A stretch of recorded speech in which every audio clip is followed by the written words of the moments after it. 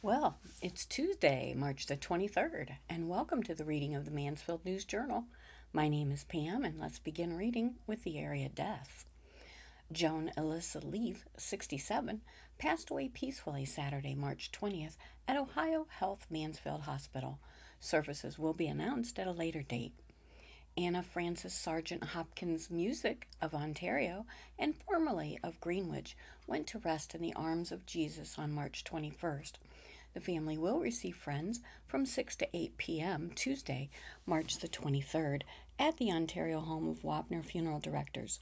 The funeral service will be held in the funeral home on Wednesday at 11 a.m. And that concludes the area deaths available for today. So let's begin with our first article. Crestview Local seeks new superintendent. Randy Dunlap resigns, accepts the superintendent's post at Blanchester District by Christine Jenkins. The Crestview Local School District is continuing its search for a superintendent after the Board of Education approved 7-year Superintendent Randy Dunlap's resignation. The job was posted March 8th by the Mid-Ohio Educational Service Center, which is assisting the district in the search. The deadline to apply is April 12th.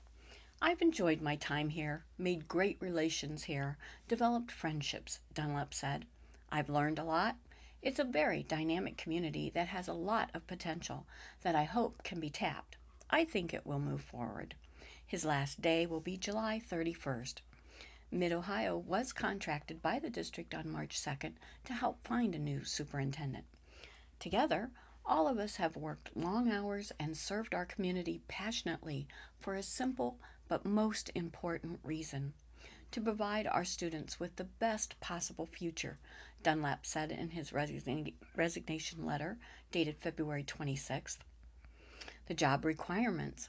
According to Mid-Ohio's website, the following qualifications are needed to fill the position: a master's degree with a valid Ohio school superintendent license or evidence that one is obtainable, 3 years of successful administrative experience, actively embraces and uses technology, proven expertise in curriculum and development, supports and models fiscal responsibility, ability to advocate for school issues and needs, displays high energy leadership. Dunlap's annual base salary is $110,814 for the 2020-2021 school year, according to information in his personnel file, plus medical, dental, and other benefits are paid by the board. He has been awarded a 3-year contract in 2019 that was to expire July 31st, 2022. Randy did a great job, Board President Dave Kissel said. There's no hard feelings. As a board, we wish him the best. Good luck to him. It's another venture in his career. Superintendent Randy Dunlap speaks at a Crestview High School graduation in 2016. What's next for Dunlap? Dunlap will move on to serve as superintendent for Blanchester Local Schools in the southwestern part of Ohio, a district where he spent 10 years as a high school math teacher and athletic director. I still have friends there, Dunlap says. I have students who are board members and teachers there now. After 33 years in education, Dunlap said he could have retired at the end of this year, but he wanted to continue providing quality education for students. It was nothing anyone did that made me leave, Dunlap said. I still love kids and seeing them succeed. To hear good morning from kids who recognize you is great. New Ohio Health Urgent Care is now open 9 a.m. to 9 p.m. daily in Bucyrus by Zach Tugel. A new urgent care has opened at 1820 East Manfield Street in Bucyrus. The Ohio Health Urgent Care will be open 9 a.m. to 9 p.m. every day of the week, according to a news release prepared by Jill Faskus, a company spokeswoman. The facility will offer a more affordable alternative to an emergency department when injuries or illnesses are not life-threatening and do not require emergency care, said Vincent Yates, President, Ohio Health Mansfield Hospital and Ohio Health Shelby Hospital. Crawford County doesn't have access to urgent care services, so patients who needed that service and preferred Ohio health quality had to drive to Marion or Ontario before now, Yates said. Urgent care is an important part of the healthcare continuum, and we're pleased to help fill this gap in the Crawford community. Not only will patients appreciate this option, but employers appreciate an urgent care option as it helps keep down the cost of care for employee health insurance plans. Evening and weekend hours were added to offer convenience for when most physician offices are closed, Physicus wrote. Illnesses and injuries typically treated at urgent cares are upper respiratory infections, sprains and strains, minor wounds, cuts and scrapes, urinary tract infections, possible fractures, conjunctivitis, rashes, swollen glands, sinusitis, ear and eye infections, headaches, sore throats, and minor abdominal pain. Bucyrus Mayor Jeff Reeser was pleased to see the new urgent care open in his city. We are excited to have Ohio Health investing in the Bucyrus community, Reeser said. The opening of the urgent care facility will be an important part of improving the overall health of our residents. The Ohio Health Urgent Care in Bucyrus will treat adults and children. The news release said Ohio Health invested about $500,000 to renovate the facility.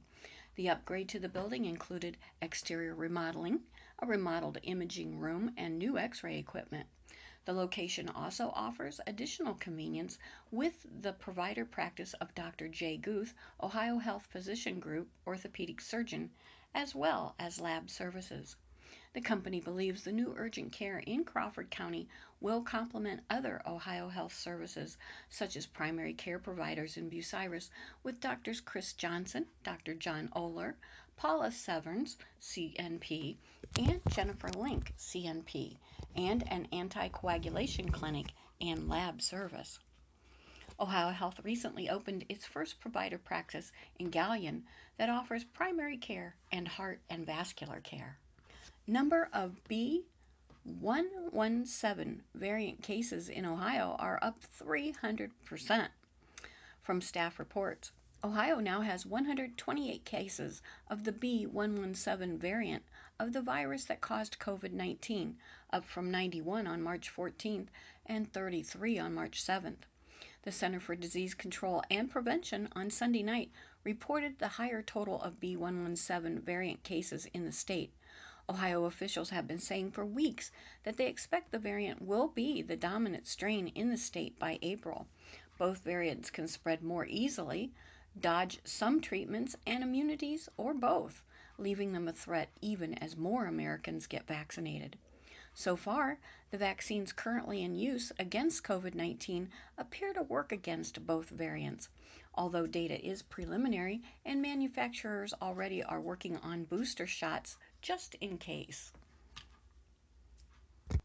The U.S. has 6,638 known variant cases, up 36.6% from the 4,858 reported March 15th, and up 118% from the 3,133 reported March 7th.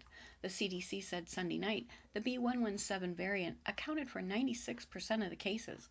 We are, frankly, in a race, and we don't frankly know what the enemy is doing, Governor Mike DeWine said in a briefing Thursday at Xavier University's Cinta Center. But we do know from talking to the scientists and epidemiologists that they believe the variants are spreading in Ohio. In order to address the increasing variants, the state is currently administering 400,000 first doses of the vaccine each week. That number will be increased to 500,000 per week on March 29th, when the state expands eligibility to Ohioans 16 years and old. DeWine said, "Few details about Ohio's additional B117 cases were available Monday. Last week, the state identified 3 additional counties where cases of the variant first detected in the United Kingdom had been found. The counties where the variant had been found, including the 5 most populous in the state, are Belmont, Clark, Cuyahoga, Franklin, Geauga, Greene, Hamilton, Huron, Licking, Lorain, Mahoning, Medina, Montgomery, Portage, Ross, Summit, Warren, Wyandotte. A State Department of Health spokeswoman earlier this month revealed Franklin County as having the state's lone case of the P1 variant, a strain that originated in Brazil. When the case first came to light, state officials originally declined to specify where it was found. In addition to the P1 and the B117 variant, first discovered in the United Kingdom, Two homegrown Ohio variants were discovered in January by Ohio State University scientists. The P1 strain was found in Brazilian travelers who arrived in Tokyo in early January. It appeared in Minnesota later that month and has since been identified in 8 other states, including Ohio. The CDC has designated it a variant of concern. B117 was first found last month in the Cincinnati region, with cases in Hamilton and Kenton counties. In addition to other cases in Ohio and Kentucky, it now is found in all 50 states. Homegrown variants also have popped up and been discovered in New York State and California. America's rising number of variant cases comes as COVID-19 cases are rising in more than a dozen states. In Minnesota, for example, health officials suspect that a coronavirus variant is driving a recent increase in the state's case rate. Infectious disease director Chris Irwisman said during a media briefing Friday that more than 300 cases of the B117 variant, first detected in the United Kingdom, have been found in the state. We are in a race between the variants and the vaccine, and the decisions we all make in the next few weeks will have a lot to say about this race, he said. Florida on Sunday became the first state to have more than 1,000 known cases of the coronavirus variants, with B117 being the most common.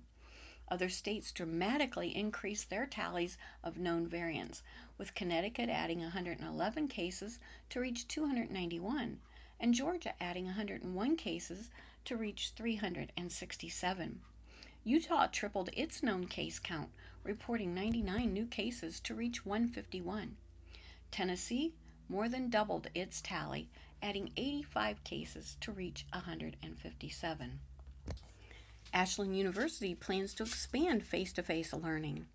Ashland, with COVID-19 infection rates continuing to drop and vaccines becoming more widely available, Ashland University announced plans to expand face-to-face activities and instruction for the fall 2021 semester, according to a news release from AU. Plans remain subject to state and local health regulations. While our plans remain subject to state and local health regulations and depend upon a number of factors, AU President Dr. Carlos Campos said in the release, our intent is to return to 2019 practices as much as possible. Campos said if students continue to follow health guidelines, they should expect significantly more face-to-face instruction, dining, housing, and co-curriculum options for fall 2021. He said the campus community has rallied over the last year to follow all health guidelines. As conditions allow, we plan to institute cautions and safe step-down protocols to COVID-19 restrictions, Campo added in the release. We look forward to celebrating this coming fall with a return to a new normal. Announcements allow students to plan accordingly for the fall. Campos said he wanted to make this information available for students to allow them to plan their lives accordingly next fall. No one has a crystal ball to look into the future, Campos said. Our plan and hope is that students return to the campus that felt like home 2 years ago. Alternatives to still be offered. AU still wants to offer online alternatives for students who choose not to return to in-person instruction next fall. The university is continuing COVID-19 protocols during the spring 2021 term, including surveillance testing, mask wearing, social distancing, symptom monitoring, and disinfection protocols. Current information related to AU COVID-19 mitigation efforts can be found at www.ashland.edu/return-to-campus. Excellent Family Fun by Zach Tuggle. An Easter extravaganza on Saturday benefited the Crawford County Humane Society.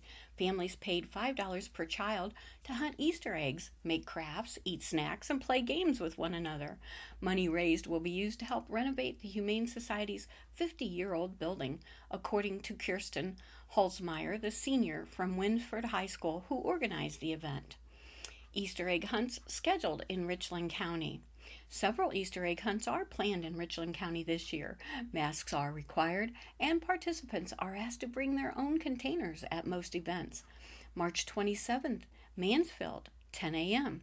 Spartan Field Athletic Complex, 640 Hickory Lane, sponsored by the Mansfield St. Peter's School.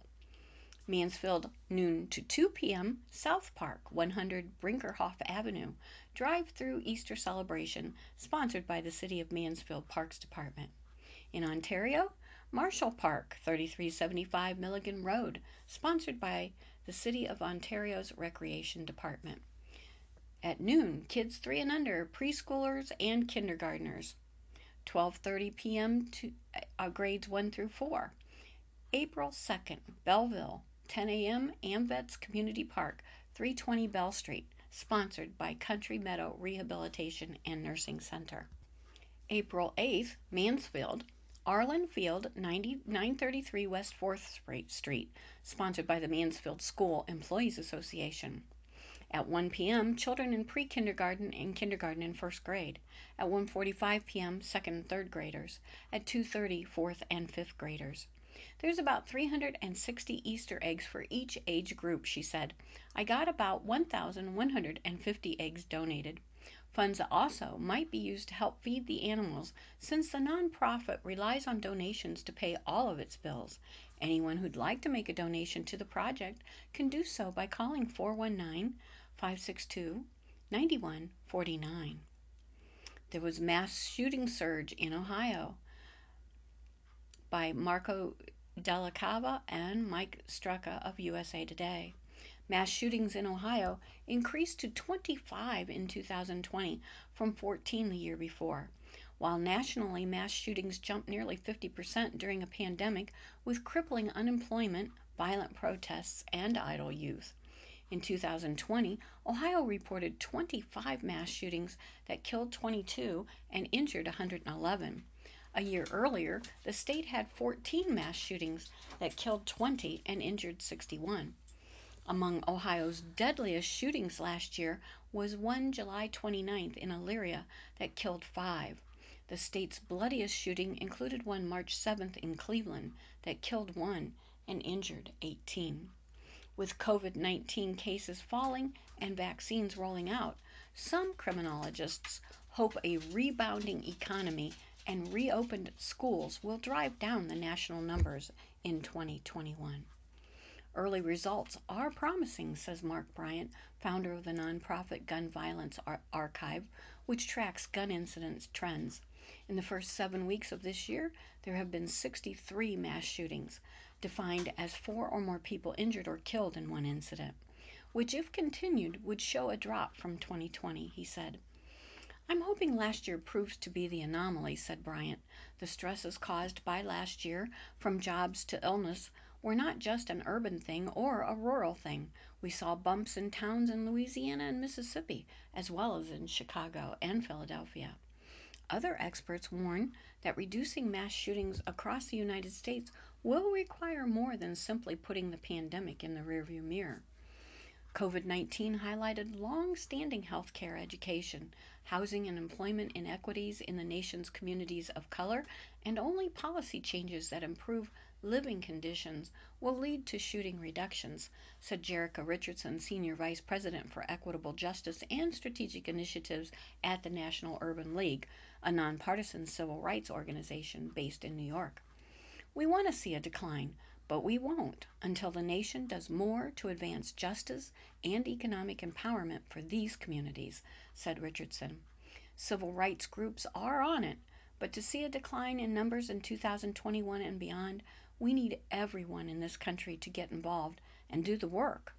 A USA Today analyst of gun violence archive statistics from 2020 shows that mass shootings surged by 47% as many states reported unprecedented increases in weapon-related incidents. In 2020, the United States reported 611 mass shooting events that resulted in 513 deaths and 2,543 injuries. In 2019, there were 417 mass shootings, with 465 deaths and 1,707 injured. Those numbers are sobering, said Sarah Bird Sharps, Director of Research at Everytown for Gun Safety, a nonprofit that works to reduce gun violence nationally. There are a lot of theories flying left and right as to why this happened, and it's too early to tell. But what's clear is that it was a very deadly year. Another big factor in last year's surge is record gun sales, she said. According to the FBI, the agency performed 39.7 million background checks for gun purchases in 2020, up 40% over 2019. Those gun purchases came at a time of heightened concerns about both public safety and anti police sentiments, as well as warnings of violence by former President Donald Trump. The result was a more on edge and armed citizenry. The Police Executive Research Forum, a nonprofit research and policy group, noted that 70% of police departments surveyed experienced an increase in non fatal shootings in 2020 relative to 2019. The entire year was extremely violent, said Patrick Sharkey, a gun violence researcher and professor of sociology and public affairs at Princeton University in New Jersey. This could end up the most violent year of this century. The most dramatic increases in mass shootings last year were found in states with cities that boast large Black and Latino populations, groups that traditionally are disproportionately impacted by crime and gun violence, as well as, most recently, COVID-19 cases and deaths, along with high unemployment rates driven by the pandemic. New York saw a jump in mass shootings from 9 to 38, Illinois from 41 to 69, Florida from 15 to 34, Pennsylvania from 19 to 34, South Carolina from 10 to 22, and Tennessee from 7 to 19. One very specific byproduct of the pandemic, the wearing of masks, played a role in ratcheting up tensions that often led to violence, said Terrence Staley, program coordinator for the Alliance for Concerned Men, a long-standing community group that works to de-escalate conflicts in the Black community in Washington, D.C. Those context cues are not visible with masks, so you don't know who's up on you until they're right there, said Staley. In neighborhoods with a lack of safety, that sort of fear leads to a lot of people carrying guns. In Staley's Southeast D.C. community last August, a dispute between two individuals quickly escalated into a gunfight that killed one and wounded 21. While he is always hopeful, Staley isn't convinced that the eventual elimination of masks or even the return to school or employment will result in a drop in mass shootings this year. Without ways of mitigating the conflict that is out there right now, the mindset will still be the same, he said. Taking off these masks won't help. A vaccine won't help. It's all about teaching conflict resolution so that people don't just reach for their guns first. Many mass shootings sites closed during pandemic. Overall, the types of gun-related violence that took place over the last 12 months often involve family members and gang members, experts note. So while the pandemic shut down many locations that have been notorious for mass killings, schools, concerts, movie theaters, malls, it contributed to shootings by exacerbating existing financial and health inequalities while taking away structured settings and activities for young people who often are both perpetrators and victims of gun violence, experts said. Unemployment is up, so crime is up, said Jason Silva, assistant professor in the Department of Sociology and Criminal Justice at William Patterson University in Wayne, New Jersey. The 16 to 24 and largely male population often involved in gun violence no longer had the distraction of school or after-school activities. Add a jump in drug use and you have a number of possible factors. The rise in mass shootings last year stands in contrast to a drop in public mass killings, incidents where 4 or more people died. The definitions encompassed all weapons, not just firearms. Early in 2020, there were 2 public mass killings before the pandemic took hold, in which at least 4 people who weren't assailants died. 5 died at a Milwaukee brewery and 4 at a Springfield, Missouri gas station. There have been no more public mass killings since, according to the Associated Press USA Today Northeastern University Mass Killing Database. One explanation For the drop in the public mass killings could be that such killers often think they're alone in being miserable and victims of injustice. But during a pandemic year, it's clear to all that many are suffering, said James Allen Fox, a professor of criminology, law, and public policy at Northeastern University in Boston.